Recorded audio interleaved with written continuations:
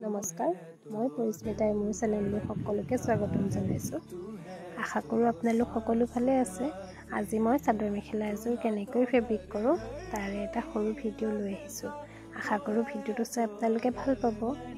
কাপোৰযোৰ sky blue কালাৰৰ, মোৰ যোৰ অৰ্ডাৰ থকা কাপোৰ হয়, মই কৰি আছোঁ। প্ৰথমতে তাত মই মূৰা ডিজাইনটো আঁকি ল'লোঁ।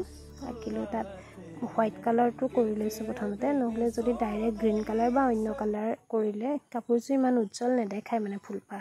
আৰু হোৱাইট কালাৰটো যদি প্ৰথমতে কৰি লওঁ তেতিয়াহ'লে বেছি অকণ ফুলপাহ ধুনীয়া হৈ যায়, এটা উজ্জ্বলতা আহে। আপোনালোকে কেনেকৈ ফেব্ৰিক কৰে বাৰু মোক জনাবচোন দেই।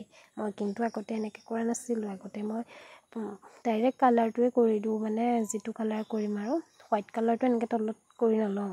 আজিকালি এনেকৈ কৰি লওঁ, সেইকাৰণে দেখিবলৈ ফুলটো বেছি ধুনীয়া লাগে বাৰু। এতিয়া এই ফেব্ৰিকখিনি কৰি হোৱাৰ পিছত মই 3D আউটলাইনাৰ গল্ডেন কালাৰ ব্যৱহাৰ কৰিছোঁ। তাৰপিছতে ফুলপাহ কমপ্লিট হৈ গ'ল। আজি আপোনালোকক মই এপাহ ফুলহে দেখাইছোঁ। পিছত মই গোটেই কাপোৰযোৰ কমপ্লিট হ'লে দেখাম, কেনেকুৱা লাগে জনাব দেই।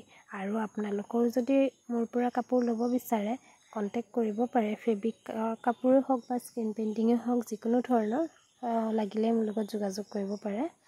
আৰু এইটো কেনেকুৱা লাগিছে জনাব দেই। ভাল লাগিলে লাইক কমেণ্ট কৰিব। Thank U.